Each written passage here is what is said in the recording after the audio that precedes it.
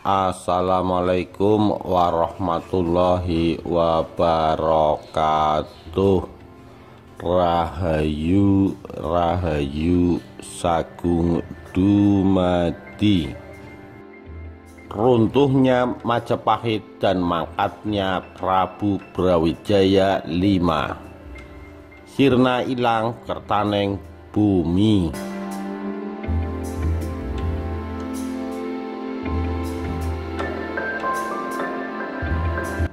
Atas perintah Raden Patah, Senopati Demak Bintara Sunan Kudus menemui Adipati Terung, adik kandung Raden Patah, dengan membawa pasukan Demak Bintara.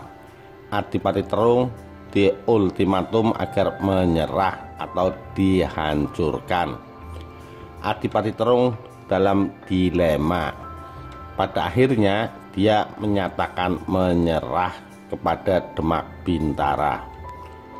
Beberapa minggu kemudian, Raden Patah datang dari Demak untuk melihat langsung kemenangan pasukannya. Raden Patah meminta semua laporan dari kepala pasukan Demak. Diketahui kemudian Prabu Brawijaya berhasil meloloskan diri. Pasukan Bayangkara Majapahit atau pasukan khusus pengawal raja memang terkenal lihai melindungi junjungan mereka. Tak ada satupun kepala pasukan Demak yang mengetahui bagaimana pasukan Bayangkara bisa menerobos kepungan rapat pasukan Islam dan ke arah mana mereka membawa Sang Prabu. Raden Patah segera menyebar pasukan mata-mata untuk melacak keberadaan Sang Prabu. Dan Raden Patah sendiri segera melanjutkan perjalanan untuk bertandang ke pesantren Ampel di Surabaya. Dia hendak mengabarkan kemenangan besar ini kepada janda Sunan Ampel. Di Surabaya situasi anarkis pun merajalela. Nyi Ageng Ampel begitu mendengar laporan Raden Patah marah. Dengan tegas beliau menyatakan apa yang dilakukan Raden Patah adalah sebuah kesalahan besar. Dia telah berani melanggar wasiat gurunya sendiri, Sunan Ampel, yang mewasiatkan sebelum beliau wafat melarang orang-orang Islam merebut tahta Majapahit. Dan juga Raden Patah telah berani melawan seorang imam yang sah, seorang umaro. Tidak seharusnya dilawan tanpa ada alasan yang jelas. Dan yang ketiga, Raden Patah telah berani durhaka kepada ayah kandungnya sendiri yang telah melimpahkan segala kebaikan bagi dirinya serta orang-orang Islam. Nyi Ageng Ampel menangis. Raden Patah terketuk hati nuraninya. Dia ikut mencucurkan air mata di depan Nyi Ageng Ampel. Raden Patah mencium kaki beliau, menangis menyesali perbuatannya. Dengan berurai air mata, Raden Patah meminta solusi kepada Nyi Ageng Ampel. Dan Nyi Ageng Ampel memerintahkan kepadanya untuk segera mencari keberadaan Prabu Brawijaya, dan apabila sudah ditemukan, seyogyanya Prabu Brawijaya dikukuhkan kembali sebagai seorang raja. Mendengar perintah itu, secara emosional Raden Patah berniat mencari ayahandanya sendiri bersama beberapa orang prajurit Demak. Tapi Nyi Ageng Ampel mencegahnya. Dalam situasi anarkis seperti ini, tidak memungkinkan bagi dia untuk mencari beliau sendiri. Dikhawatirkan akan terjadi kesalahpahaman. Dan sekarang di mata Prabu Brawijaya, dirinya dan seluruh umat Islam yang menyokong pergerakan pasukan Demak tidak mungkin dipercaya lagi. Jalan keluar yang terbaik adalah meminta bantuan Sunan Kalijaga atau Syekh Siti Jenar untuk mewakili dirinya, mencari Prabu Brawijaya, dan apabila sudah bisa ditemukan, memohon kepada Prabu Brawijaya agar kembali ke Majapahit. Sudah bukan rahasia lagi di kalangan istana, dua ulama besar ini tidak terlibat dalam penyerangan Majapahit. karena Syekh Siti Jenar baru saja disidang oleh Dewan Wali Sanga yang mengakibatkan hubungan beliau dengan para wali Sanga sekaligus dengan Raden Patah dalam situasi yang tidak mengenakan, maka Raden Patah memutuskan untuk mengirim pasukan khusus menemui Sunan Kalijaga. Sunan Kalijaga dimohon menghadap ke pesantren Ampel atas permintaan Nyi Ageng Ampel dan Raden Patah. Beberapa hari kemudian Sunan Kalijaga datang ke Surabaya. Beliau waktu itu berada di Demak Bintara, memfokuskan diri memimpin pembangunan Masjid Demak. Sunan Kalijaga, Nyi Ageng Ampel, dan Raden Patah terlibat perundingan yang serius, dan pada akhirnya Sunan Kalijaga menyetujui untuk mengemban tugas mulia itu. Beberapa hari kemudian, laporan dari pasukan mata-mata Demak Bintara diterima Raden Patah. Diketahui ada konsentrasi besar pasukan Majapahit di wilayah Blambangan. Diketahui pula Prabu Brawijaya ada di sana. Ada kabar terpetik Prabu Brawijaya hendak menyeberang ke Pulau Bali. Mendengar informasi yang dapat dipercaya seperti itu, Sunan Kalijaga diiringi beberapa santrinya segera berangkat ke Blambangan. Dia siap mengambil segala resiko yang bakal terjadi dengan memakai pakaian rakyat sipil yang tidak mencolok mata. Demi untuk menghindari kesalahpahaman, dia berangkat. Di setiap daerah yang dilalui, Sunan Kalijaga beserta rombongan melihat pemandangan yang memilukan. Kekacauan ada di mana-mana. Penduduk yang masih memegang keyakinan lama bentrok dengan penduduk yang sudah mengganti keyakinannya. Korban berjatuhan, nyawa melayang karena kepicikan. Rombongan ini harus pandai-pandai memilih jalan. Kadangkala memutar kalau dirasa perlu. Mereka sengaja menghindari tempat-tempat keramaian. Mereka lebih memilih menerobos hutan belantara demi menjaga keamanan. Dan manakala mereka sudah tiba di Blambangan, Sunan Kalijaga menunjukkan statusnya dengan mengibarkan bendera putih tanda gencatan senjata. Dia memasuki kota Blambangan yang mencekam. Para prajurit Majapahit terkejut melihat ada serombongan kecil orang-orang Muslim memasuki kota Blambangan. Mereka mengibarkan bendera putih. Mereka bukan tentara. Mereka tidak bersenjata, serta-merta kedatangan mereka dihadang oleh pasukan Majapahit, dan mereka tidak diperkenankan memasuki kota. Prajurit Majapahit siap tempur. Namun Sunan Kalijaga menunjukkan siapa dirinya. Dia meminta kepada kepala prajurit agar menyampaikan pesan kepada Prabu Brawijaya bahwasanya dia Raden Syahid atau Sunan Kalijaga datang sebagai duta dan memohon menghadap. Ketegangan terjadi. Rombongan kecil ini di ujung tanduk. Nyawa mereka terancam, namun mereka yakin prajurit Majapahit bisa membedakan mana musuh dalam medal laga dan mana musuh dalam status duta. Mereka tidak akan berani mencelakai seorang duta. Ketegangan sedikit mencair manakala ada pesan dari Sang Prabu yang mengabulkan permohonan Sunan Kalijaga untuk menghadap kepada beliau. Prabu Brawijaya tahu bagaimana menghormati seorang duta. Prabu Brawijaya pun tahu dari laporan para pasukan sandi atau intelijen bahwa Sunan Kalijaga bersama para pengikutnya tidak ikut melakukan penyerangan ke Majapahit. Sunan Kalijaga beserta rombongan bisa bernafas lega. Mereka segera menghadap Prabu Brawijaya dengan pengawalan yang sangat ketat, sembari memegang persenjataan lengkap dan siap digunakan. Para prajurit Bayangkara menyambut kedatangan Sunan Kalijaga. Mereka mengapitnya. Sunan Kalijaga diperkenankan masuk. Beberapa santri disuruh menunggu di luar. Prabu Brawijaya didampingi para penasihat beliau yang terdiri dari para Pandita Siwa dan Wiku Buddha, juga Sabdo Palon dan Naya Genggong, nampak telah menunggu kedatangan Sunan Kalijaga. Begitu ada di hadapan sang Prabu, Sunan Kalijaga menghaturkan hormat. Prabu Brawijaya menanyakan maksud kedatangan Sunan Kalijaga. Sunan Kalijaga mengatakan bahwa dia adalah duta Raden Patah sekaligus Nyi Ageng Ampel. Sunan Kalijaga menceritakan segalanya dari awal hingga akhir. Bahkan dia menceritakan pula kondisi Majapahit. Prabu Brawijaya meneteskan air mata mendengar banyak penduduk yang harus meregang nyawa karena kepicikan.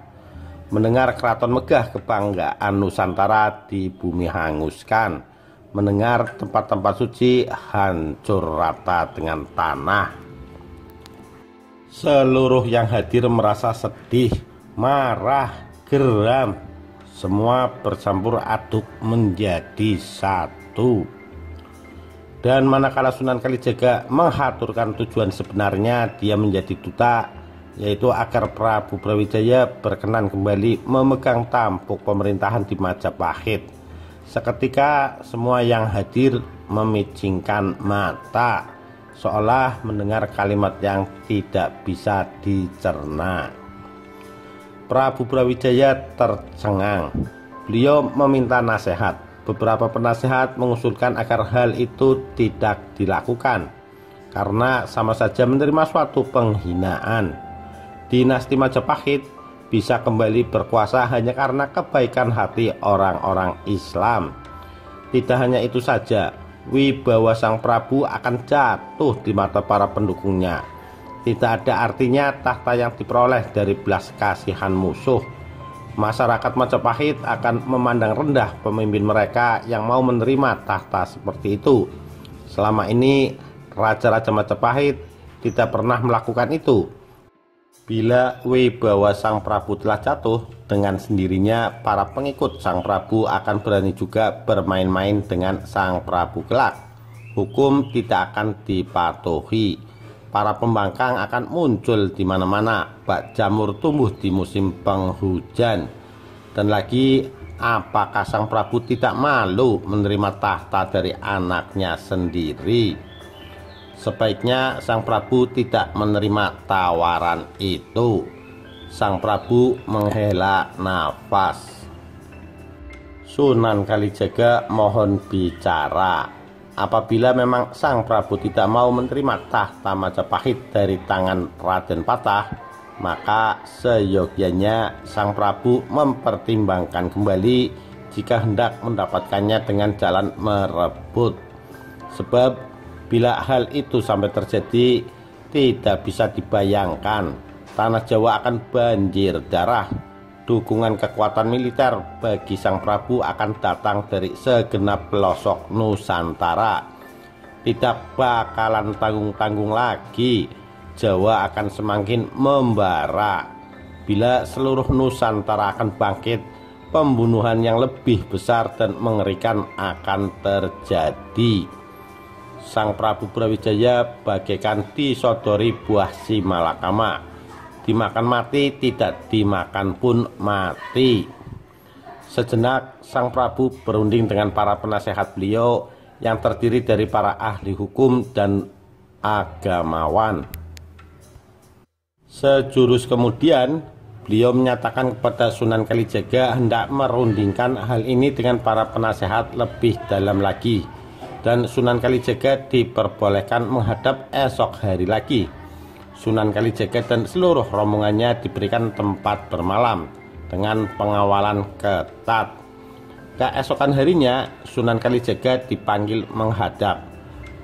Prabu Brawijaya memutuskan untuk mengakhiri pertumpahan darah yang lebih besar lagi. Beliau tidak akan mengadakan gerakan perebutan tahta kembali. Lega Sunan Kalijaga mendengarnya.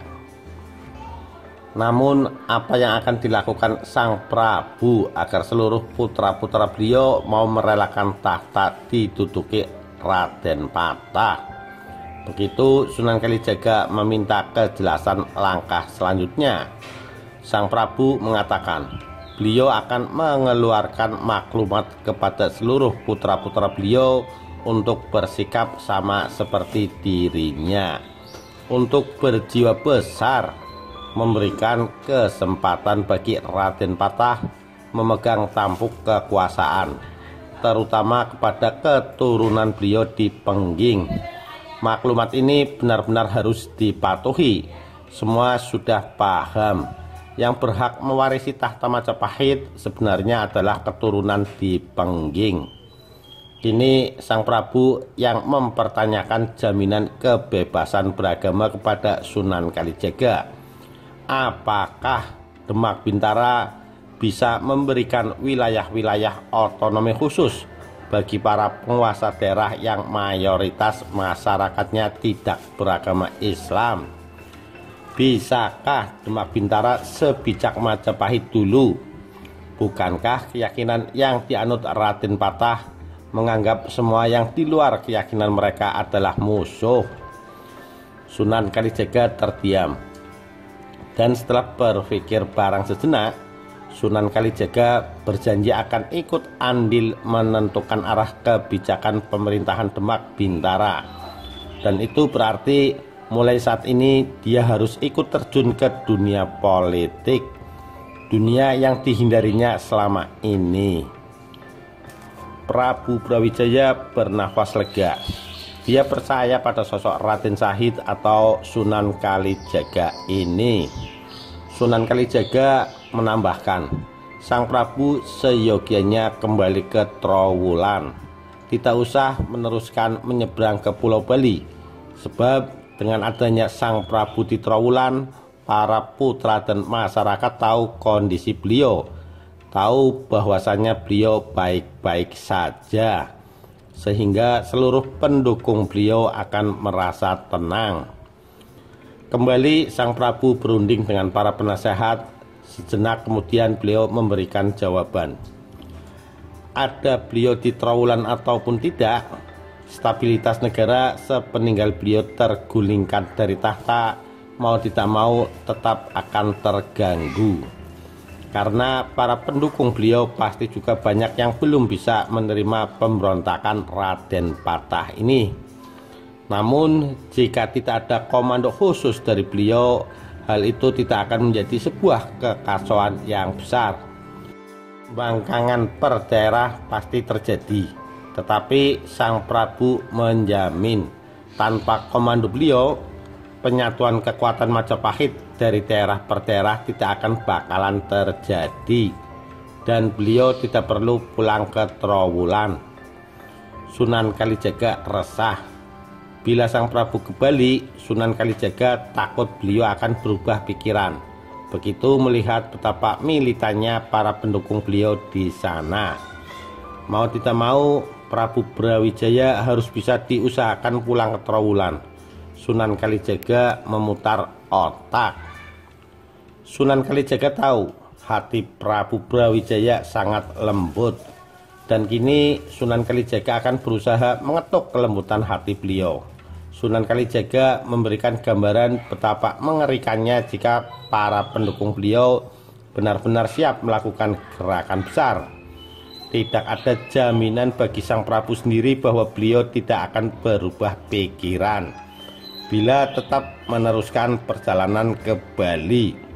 Sunan Kalijaga memohon Prabu Brawijaya harus mengambil jarak dengan para pendukung beliau. Nasib rakyat kecil dalam hal ini dipertaruhkan. Mereka harus lebih diutamakan. Sunan Kalijaga memberikan kemungkinan-kemungkinan yang bakal terjadi jika Sang Prabu tetap hendak ke Bali. Prabu Brawijaya berpikir, diam-diam hati beliau terketuk. Kata-kata Sunan Kalijaga memang ada benarnya. Prabu Brawijaya tercenung. Beliau memutuskan pertemuan untuk sementara disudahi. Sunan Kalijaga diminta kembali ke tempatnya untuk sementara waktu. Dan Prabu Brawijaya ingin menyendiri, ingin merenung tanpa mau diganggu oleh siapapun. Ketika malam menjelang, Sang Prabu memanggil Sabda Palon dan Nayagenggong. Bertiga mereka sama-sama membahas langkah selanjutnya. Dan ketika malam menjelang puncak, Sabda Palon dan Nayagenggong berterus terang. Mereka berdua menunjukkan siapa sebenarnya jati dirinya. Diiringi semburat cahaya lembut, Sabda Palon dan Nayagenggong menampakkan wujudnya yang asli kepada Prabu Brawijaya. Prabu Brawijaya terperanjat, serta-merta beliau menghaturkan hormat, bersembah. Malam ini untuk pertama kalinya Sang Prabu Brawijaya bersimpuh. Sabda Palon dan Nayagenggong memberikan gambaran apa yang bakal terjadi kelak di Nusantara. Semenjak hari kehancuran Majapahit, kesadaran masyarakat Nusantara akan jatuh ke titik yang paling rendah. Kulit lebih diagung-agungkan daripada isi. Kebenaran yang mutlak dianggap sebagai milik golongan tertentu. Dharma diputarbalikan. Sampah-sampah seperti ini akan terus tertumpuk sampai 500 tahun ke depan. Dan bila sudah saatnya, alam akan memuntahkannya. Alam akan membersihkannya. Nusantara akan terguncang. Gempa bumi, banjir bandang, angin puting beliung, ombak samudra naik ke daratan, gunung berapi memuntahkan laharnya berganti-gantian. Musibah silih berganti, datang dan pergi. Bila waktu itu tiba, alam telah melakukan penyeleksian. Alam akan memilih mereka-mereka yang berkesadaran tinggi. Yang kesadarannya masih rendah, untuk sementara waktu disisihkan dahulu atau akan dilahirkan di tempat lain di luar Nusantara. Bila saat itu sudah terjadi, Sabda Palon dan Nayagenggong akan muncul lagi kembali ke Nusantara. Sabda Palon dan Nayagenggong akan merawat tumbuhan kesadaran dari mereka-mereka yang terpilih. Sabda Palon dan Nayagenggong akan menjaga tumbuhan budi yang mulai bersemi itu. Itulah saatnya agama budi, agama kesadaran akan berkembang biak di Nusantara. Dan Nusantara pelan tapi pasti akan dapat meraih kejayaannya kembali. Memang sudah menjadi garis karma, kehendak Hyang Widi-Wasa. Mereka saat ini berkuasa di Nusantara. Prabu Brawijaya tidak ada gunanya mempertahankan Siwa Buddha. Prabu Brawijaya lebih baik menuruti kehendak mereka yang tengah berkuasa. Kelak Prabu Brawijaya juga akan lahir lagi 500 tahun kemudian untuk ikut menyaksikan berseminya agama budi. Menangislah Prabu Brawijaya. Semalaman beliau menangis. Semua rahasia masa depan Nusantara dijabarkan oleh Sabda Palon dan Nayagenggong. Keesokan harinya beliau memanggil Sunan Kalijaga. Di hadapan seluruh yang hadir, beliau menyatakan hendak kembali ke Trowulan. Dan yang lebih mengagetkan, beliau menyatakan masuk Islam demi menjaga stabilitas negara. Sunan Kalijaga dan seluruh yang hadir terperangah mendengar keputusan Sang Prabu. Beberapa penasehat, pejabat, dan kepala pasukan Bayangkara bersujud sambil menangis haru. Mereka memohon agar Sang Prabu mencabut kembali sabda yang telah beliau keluarkan. Situasi tegang, sedih, bingung. Sabda Palon dan Nayagenggong angkat bicara. Di hadapan Prabu Brawijaya, Sunan Kalijaga dan seluruh yang hadir, mereka mengucapkan sebuah sumpah bahwasanya 500 tahun kemudian mereka berdua akan kembali. Inilah yang lantas dikenal dengan Jangka Sabda Palon Nayagenggong oleh masyarakat Jawa sampai sekarang. Selesai mengucapkan sumpah mereka, Sabdo Palon dan Nayagenggong mencium tangan Sang Prabu Brawijaya.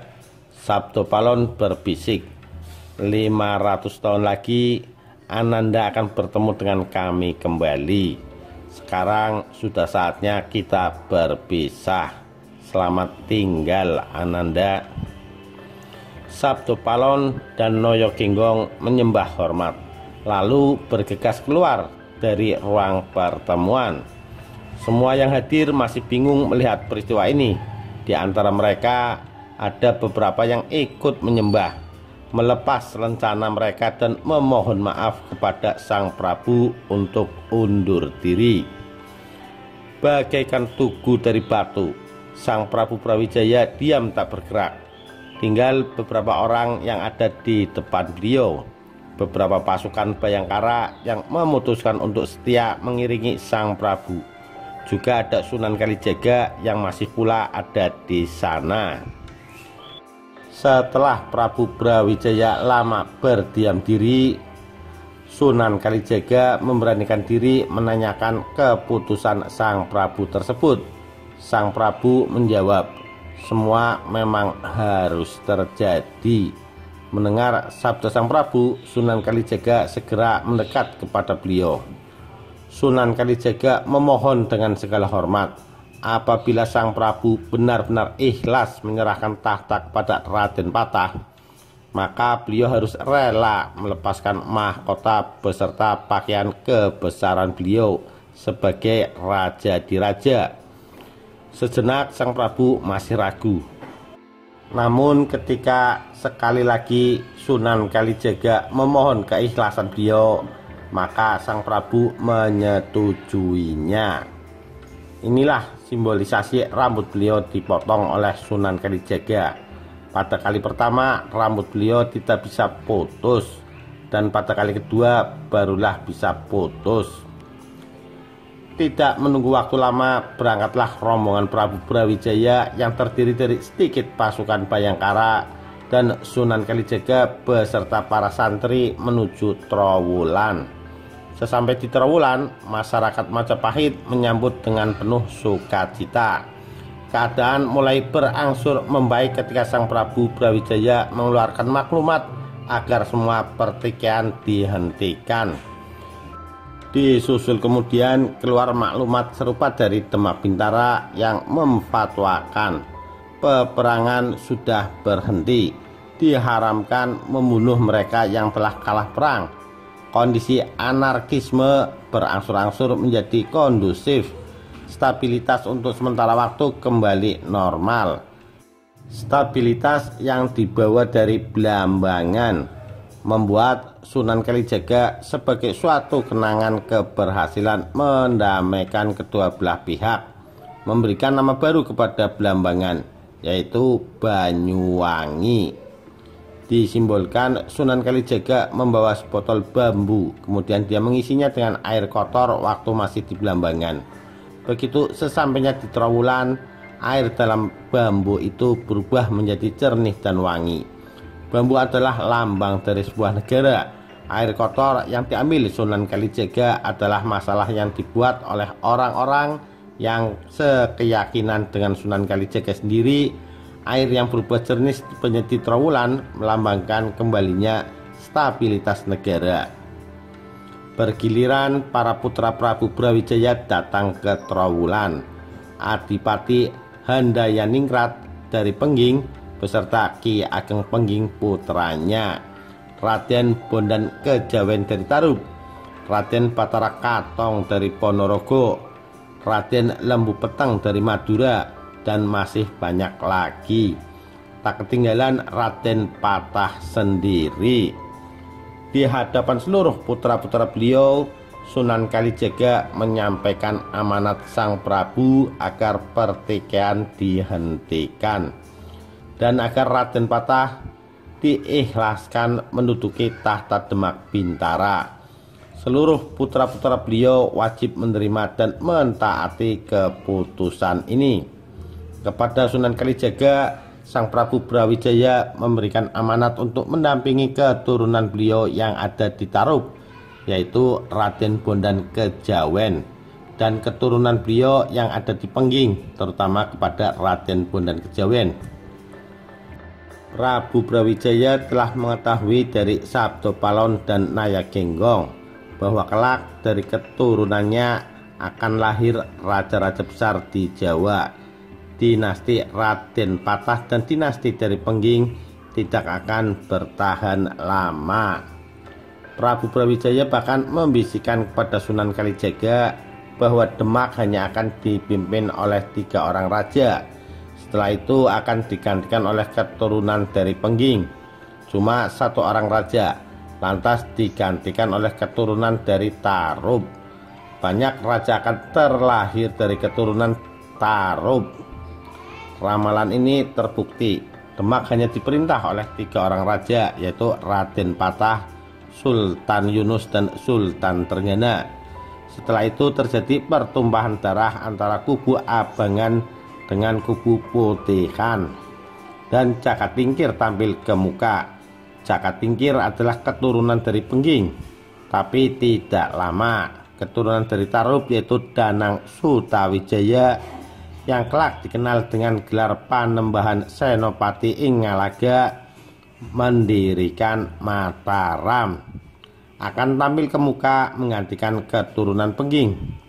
Panembahan Senopati inilah pendiri Kesultanan Mataram Islam yang sekarang terpecah menjadi Yogyakarta, Surakarta, Mangkunegara, dan Pakualam. Tidak berapa lama kemudian Prabu Brawijaya jatuh sakit. Dalam kondisi akhir hidupnya, Sunan Kalijaga dengan setia mendampingi beliau. Kepada Sunan Kalijaga, Prabu Brawijaya berwasiat agar di pusaran makam beliau kelak apabila beliau wafat, jangan dituliskan nama beliau atau gelar beliau sebagai raja terakhir Majapahit, melainkan beliau meminta agar dituliskan nama Putri Campak saja. Ini sebagai penanda kisah akhir hidup beliau, juga kisah akhir kerajaan Majapahit yang terkenal di pelosok Nusantara. Bahwasanya beliau telah ditikam dari belakang oleh permaisurinya sendiri, Dewi Anarawati atau Putri Campak, dan beliau diperlakukan dan tidak dihargai lagi sebagai seorang laki-laki oleh Raden Patah, putranya sendiri. Sunan Kalijaga sedih mendapat wasiat seperti itu. Namun begitu beliau wafat, wasiat itu pun dijalankan. Seluruh masyarakat bergabung, seluruh putra dan putri beliau bergabung, dan kehancuran Majapahit, kehancuran kerajaan besar ini dikenang oleh masyarakat Jawa dengan kalimat sandi yang menyiratkan angka-angka tahun sebuah kejadian, yaitu sirna ilang kertaneng bumi. Sirna berarti angka 0, ilang berarti angka 0, kerta berarti angka 4, dan bumi berarti angka 1. Dan apabila dibalik akan terbaca 1400 Saka atau 1478 Masehi. Kalimat kertaning bumi diambil dari nama asli Prabu Brawijaya, yaitu Raden Kertabumi. Inilah kebiasaan masyarakat Jawa yang sangat indah dalam mengenang sebuah kejadian penting. Dan Raden Patah memindahkan pusat pemerintahan ke Demak Bintara. Dia dikukuhkan oleh Dewan Wali Sanga sebagai Sultan dengan gelar Sultan Shah Alam Akbar Jimbun Ningrat. Keinginan orang-orang Islam terwujud. Demak Bintara menjadi kekhalifahan Islam pertama di Jawa. Tapi pemberontakan dari berbagai daerah tidak bisa diatasi oleh pemerintah Demak. Wilayah Majapahit yang dulu luas kini terkikis habis. Praktis wilayah Demak Bintara hanya sebatas Jawa Tengah saja. Kemakmuran, kesejahteraan, kedamaian seolah menjauh dari Demak Bintara. Darah terus tertumpah tiada habisnya. Perebutan kekuasaan silih berganti. Nusantara semakin terpuruk. semakin tenggelam di peta perpolitikan dunia. Disusul kemudian pada tahun 1596 Masehi, Belanda datang ke Jawa. Nusantara semakin menjadi bangsa tempe. Semenjak Majapahit hancur hingga sekarang, kemakmuran hanya menjadi mimpi belaka. Sandya kalaning Majapahit. Majapahit hancur sudah. Sinar kejayaan Nusantara kini telah meredup bagai matahari yang tenggelam di ufuk barat.